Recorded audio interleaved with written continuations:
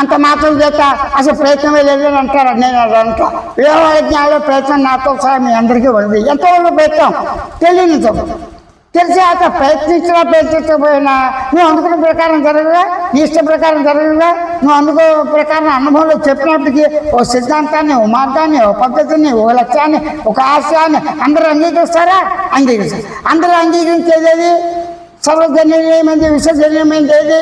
అందరూ అంగీకారంతో ఏ ఊరు ఏ పదార్థాన్ని భక్తి కర్మ యోజ్ఞాన విచారణలు కానీ, అవస్థాత్రయం కానీ, నీ అభిప్రాయాలు కానీ, మతాన్ని కానీ, సిద్ధాంతం కానీ అందరూ అంగీకరిస్తారు. అయితే నేను చెప్పేది ప్రాచీన నవీన సాంప్రదాయ పద్ధతుల కాదా అన్న పోర్చలు జరగదు. కానీ నేను ఉన్నాను అనుభవం. ఇక్కడ సాంప్రదాయం ఉంది, నేనున్నాను ఎరుకతో గుర్తించి గమనించి తెలుసుకోవడం ఎరుకగానే ఉన్నాయి. జ్ఞానంతో గుర్తించి తెలుసుకున్నవన్నీ జ్ఞానంగానే ఉన్నాయి. ఉనికితో గుర్తించి గమనించి తెలుసుకున్నవి ఉనికిగానే ఉన్నాయి. చిత్తుతో గుర్తించి గమనించి తెలుసుకున్నవి చిత్తుగానే ఉన్నాయి. ఆనందంతో గుర్తించి గమనించడం ఆనందంగా ఉన్నాయి. మౌనంతో గుర్తించి గమనించడం మౌనంగానే ఉన్నాయి. పరిపూర్ణంతో గుర్తించి గమనించడం అనుకునేవాడుగా నీకు ఎలా ఉన్నాయి? పరిపూర్ణం ఉంది. అంటే సత్యానంద పరిపూర్ణ మౌన స్వరూపంగా నువ్వు ఉన్నావు. అదే స్వత సిద్ధమైన ఆత్మ. ఇవి ఎప్పుడు ఉన్నాయి, కొత్తగా రాదు. ఉన్నట్టుగా ఉన్నాయి. ఉన్నట్టుగా ఉందని గుర్తించి గమనించి తెలుసుకునే లక్షణమే చాలు. ఇక ప్రయత్నమే ప్రయత్నం ఎప్పుడు వ్యవహార జ్ఞానం అయింది. వ్యవహార జ్ఞానంతో కుదరదుగా. వ్యవహార జ్ఞానంతో నీ దేహాన్ని చూసావు, అదేవిధంగా ఆత్మను చూడలేవు కదా.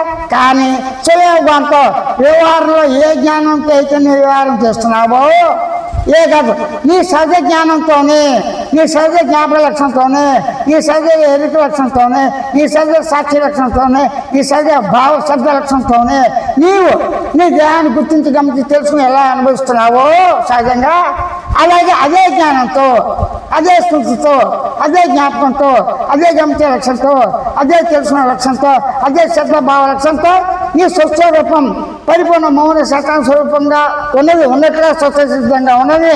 స్వామి యొక్క వైద్యులని అనుభవ సిద్ధమని గుర్తించి గమనించి ఊరుకుంటూ కొత్త చూసి అంటే స్వయం ఆత్మ సాక్షాత్కారం అంటే ఆత్మానుభూతితో. ఆత్మ సహజ స్థితి ఏంటి? ఆనంద సహజ స్థితిని, సహజ ఆనంద స్థితిని, సహజ మౌన స్థితిని, సహజ పరిపూర్ణ స్థితిని, సహజ ఉనికి సహజ స్థితిని, సహజ చిత్ ఎరుక సహజ స్థితిని, సహజ ఆనంద స్థితిని సహజ జ్ఞానంతోనే గుర్తించి గమనించి తెలుసుకోవచ్చుగా. ఇక్కడ ప్రయత్నం లేదు కదా. స్థూలం కాదు, సూక్ష్మం కాదు కదా. స్థూల సూక్ష్మాలుగా ఉన్నది కూడా మనోమయమే. ఏ విధంగా దేహానికి ఆకారం ఉంది, రూపనామాలు ఉన్నాయి, కదిలికలు అన్నీ ఉన్నాయి. మనసుకి కదిలికుంది కానీ అనుభూతిగా ఉంది. కానీ మనసుకి అవయవాలు లేవుగా.